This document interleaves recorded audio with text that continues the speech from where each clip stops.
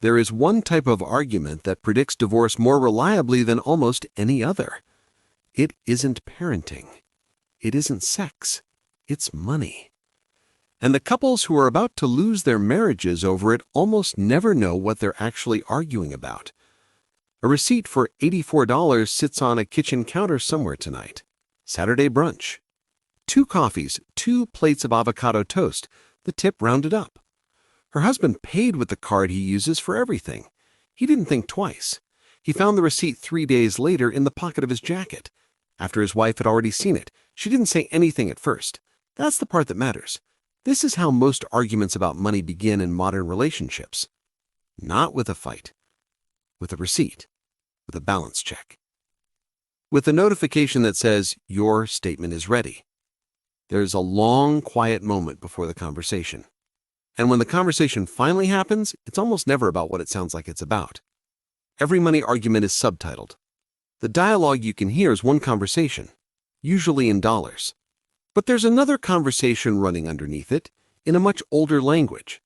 Safety, freedom, fear, trust. Most couples spend years arguing with the dialogue without ever reading the subtitles. Today we're going to read them, and then we're going to look at 5 rules. Practical, specific, written on the back of one envelope. That don't just settle the argument, they make the argument the size of the argument. But first you have to meet the couple, because the fight that's about to happen has almost nothing to do with $84. It has to do with 2 promises that were made years before they ever met each other. We're going to watch those promises collide in real time. Marcus is 36. He works in industrial design. He likes good coffee, knows the names of the people who pour it, tips them well.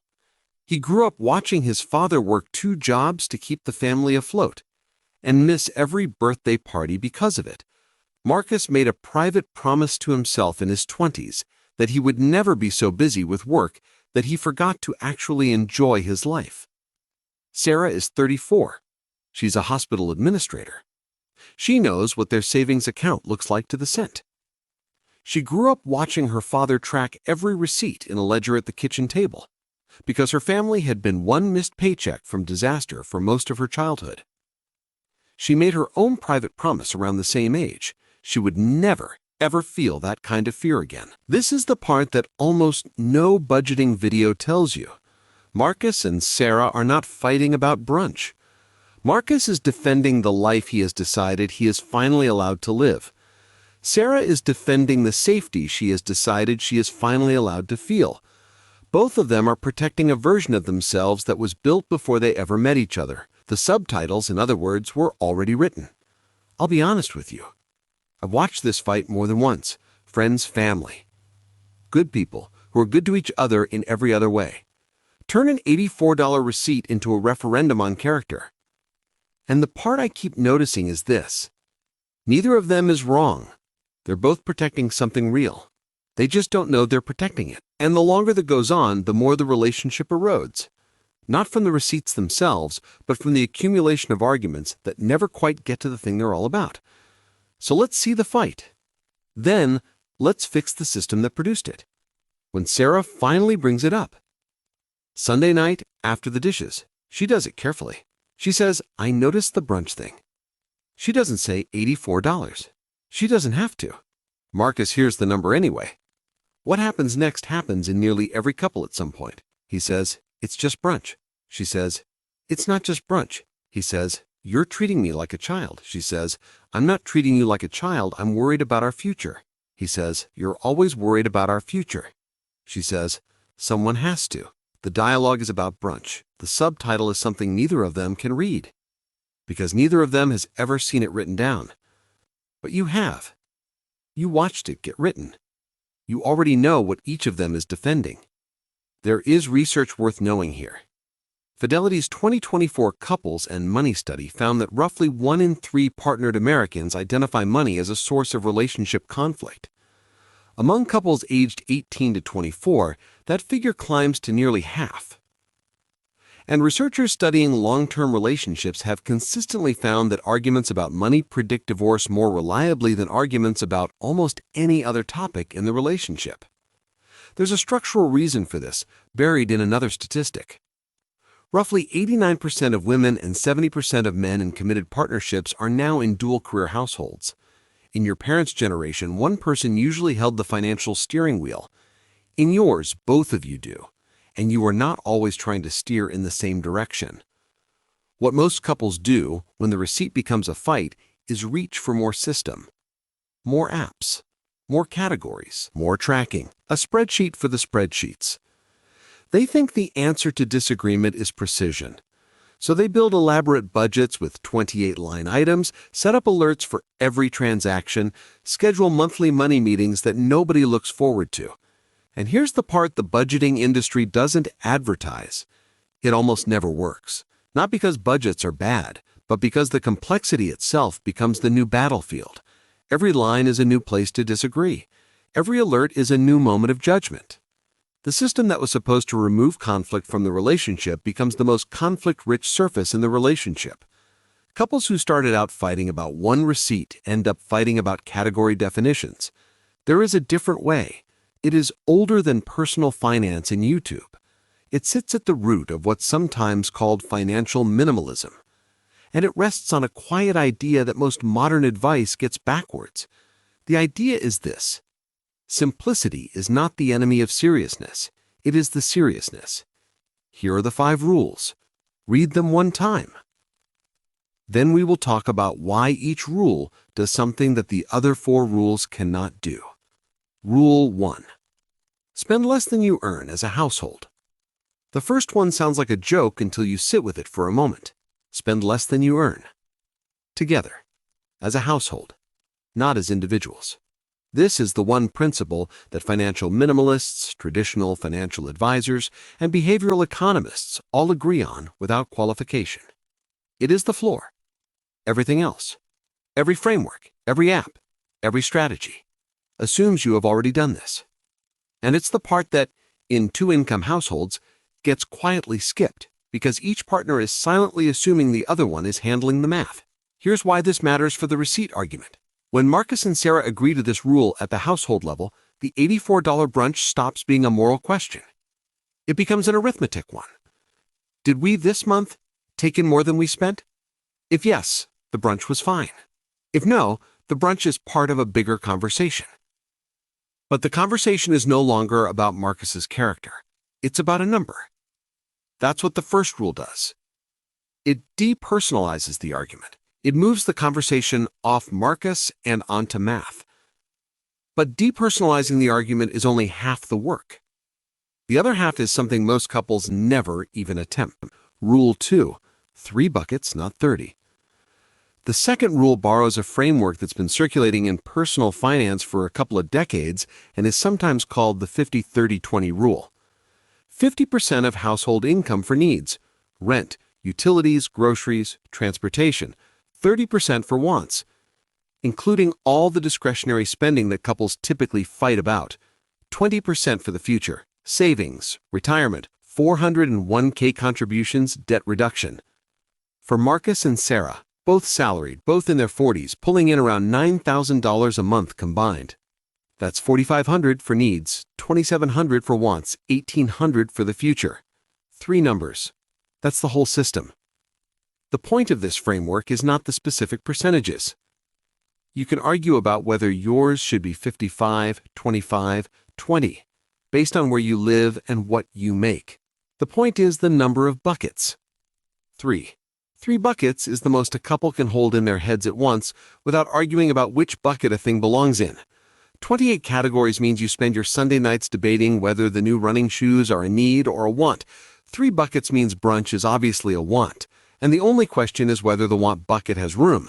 The category war, in other words, doesn't end because one side wins. It ends because there's nothing left to fight over. And ending the category war doesn't end every argument. There's one more rule that does work the first 2 rules cannot do. Rule 3. 1 threshold agreed in advance. The third rule is the one most couples skip, and it's the one that does most of the work. Set a number. Together. Calmly, when nobody is angry. Below which neither of you has to ask. Above which both of you do. For some couples, that number is $20. For others, it's $200. For others, it's $2,000. The number doesn't matter. What matters is that the number exists and that you both agreed to it before any specific purchase came up. Now look at the brunch receipt again. If Marcus and Sarah have set the threshold at $100, the $84 brunch is, by their own prior agreement, not something Marcus needed to consult about. The argument literally cannot start. The receipt is just a receipt. That's what the third rule does. It removes whole categories of disagreement before they ever happen. And yet, even with these three rules in place, the system can quietly collapse. Because there's a fourth rule that holds the whole thing together, and most couples don't realize they need it until it's already too late. Rule 4. No hidden receipts. There's an implicit fourth rule that the other three depend on, and nobody puts it in a video or an article because it doesn't sound like a rule. It's just, tell each other the truth about what you actually spend. Research consistently shows that the biggest predictor of money-related relationship breakdown is not how much each partner spends, or even whether they agree about spending. It's whether one partner is hiding spending from the other. Hidden purchases. The academic literature now calls this financial infidelity, are corrosive in a way that visible disagreement isn't. This is because disagreement you can negotiate, concealment you can only discover. And when you discover it, the trust that took years to build can collapse in an afternoon. It's not the $400 jacket that ends the marriage. It's the moment the credit card statement shows it, 6 weeks later, and the partner who didn't buy it has to choose whether to ask. The jacket was never the issue. The hesitation was. The first three rules give you a system. This one is what keeps the system honest. Quick aside before the fifth rule. If the first four have been useful, and if you've recognized your own kitchen in any of this. Hitting the like button on this video is what tells the algorithm to show this video to other couples having the same argument tonight, and subscribing keeps the rest of this series coming to your screen. Both are appreciated. But there's still one more rule, and it's the one that lets the other four actually get implemented. Because none of them work if you only ever talk about money in the wreckage of an argument. Rule 5. A fixed time every month. Never a reactive conversation. This is the rule almost nobody writes about, and it's the one that determines whether the other four survive. Pick a time. The first Sunday of every month. The last Wednesday. It doesn't matter as long as it's predictable, low pressure, and never tied to an argument that has just happened. 20 minutes. A coffee. The same 4 questions every time. Did we spend less than we earned this month? Are any of our 3 buckets running tight? Is the threshold still the right number for our household in this present time? Is there anything either of us has bought that the other doesn't know about? That's it. That's the entire money conversation for the rest of your life. The reason this rule matters more than it sounds is that it removes the conditions under which the bad version of the conversation happens.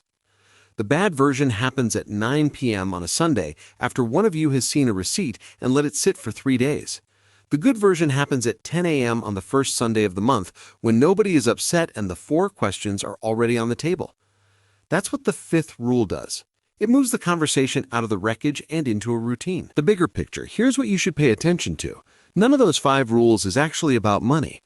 They are relationship rules with a number attached. A 2022 study found that couples who share all of their money together tend to be happier in their relationship and are less likely to break up compared to couples who keep their money separate. The number itself is striking, but the interpretation is the part most people miss. Pooling or sharing all of their money together doesn't cause the satisfaction. The thing that lets you pool is the underlying trust, the shared sense of we.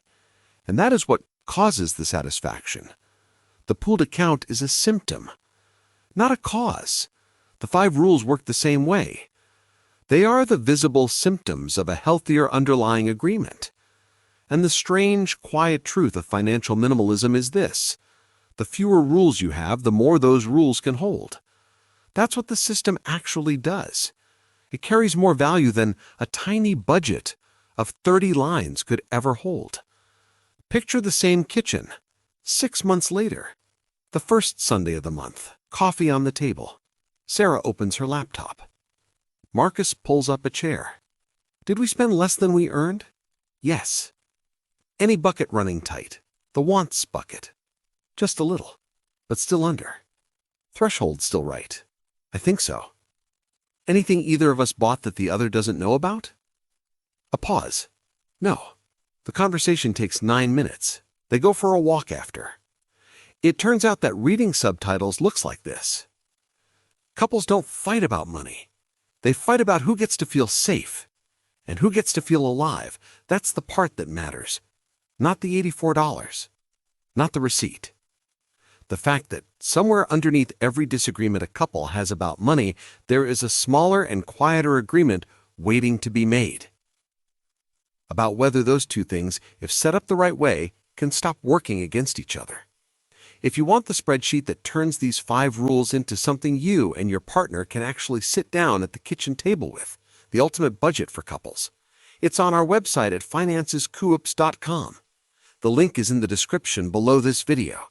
And there's another video appearing on the screen right now that goes a layer deeper into these helpful kinds of conversations. Go watch it now to tie everything all together. I'll see you over there.